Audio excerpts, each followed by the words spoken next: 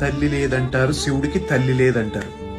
శివుడికి నిజంగా తల్లుండుంటే, అరే పిచ్చి నాయన, ఆ దుర్మార్గులందరినీ మసి చేసి ఆ మూడో కన్ను చూడరా ఎలా ఎర్రగా కందిపోయిందో అని చెప్పి దానికి కాస్తంత వెన్నపూస పూసేదేమో పాపం మహాతల్లి. మీరు అభిషేకాలు అవి చేసి నిరంతరం నా కొడుకుని తడిపేస్తే చూడండి వాడికి ఎలా పరిచయం పట్టిందో అని చెప్పి అభిషేకాలు కూడా ఆపించేసేదేమో. ఆ కంఠానికి కంఠాభరణాలు పెట్టుకోక మెడలో ఆ పావులు వేసుకొని ఆ ఆటలేమిట్రా పిచ్చినా మహారాజు అని చెప్పి ఆ పావుల్ని తీసి బుట్టలో పెట్టేసేదేమో. ఒంటికి చల్లగా చంద్రం పూసుకోకుండా ఆ బూడిది ఎందుకురా నాయన అని ఆ విభూది కూడా పోయినిచ్చేది కాదు. వెండికొండ బ్రహ్మాండంగా కైలాసం ఉంది, చల్లగా అక్కడ కూర్చోక ఈ శ్మశానాల్లో ఈ చితి మధ్యలో ఆ వేడి సగల మధ్యలో ఈ తై తక్కలు నీకు అవసరమారా పిచ్చి తండ్రి అని చెప్పి శ్మశానం కూడా తిరగనిచ్చేది కాదు.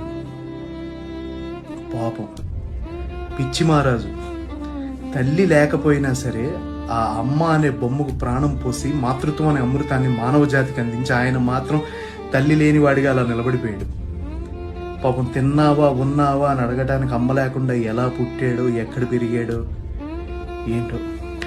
అలాంటి శివుని నువ్వు నాకు అది ఇవ్వలేదు ఇది ఇవ్వలేదని నిందిస్తాం మనం. ఇంకా ఎంత దుర్మార్గులమయ్యా మనుషులు.